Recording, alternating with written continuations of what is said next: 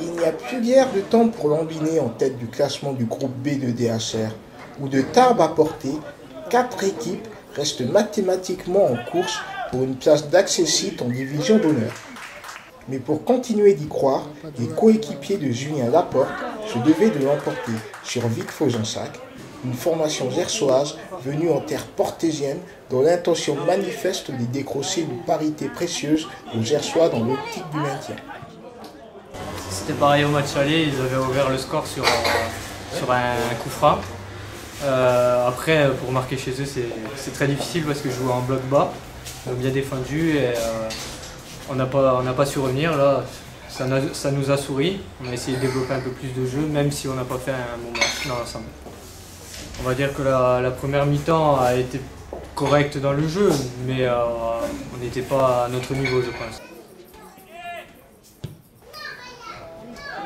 Et si la possession du ballon sera haut-garonnaise, ainsi que la domination portésienne, les locaux n'apparirent que très peu en mesure de déstabiliser un solide bloc adverse.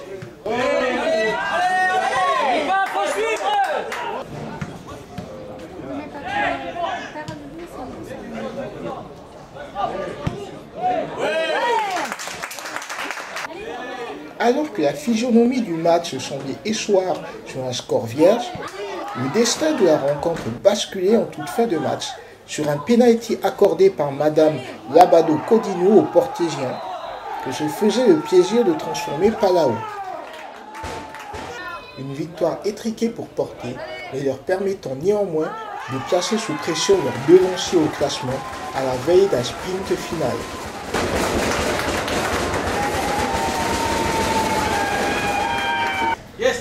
On a eu un peu de réussite à la fin sur un penalty accordé.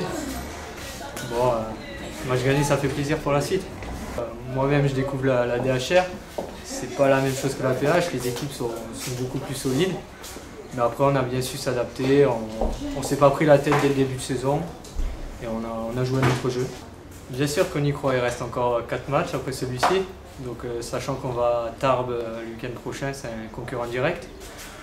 Donc tout reste possible, on y croit.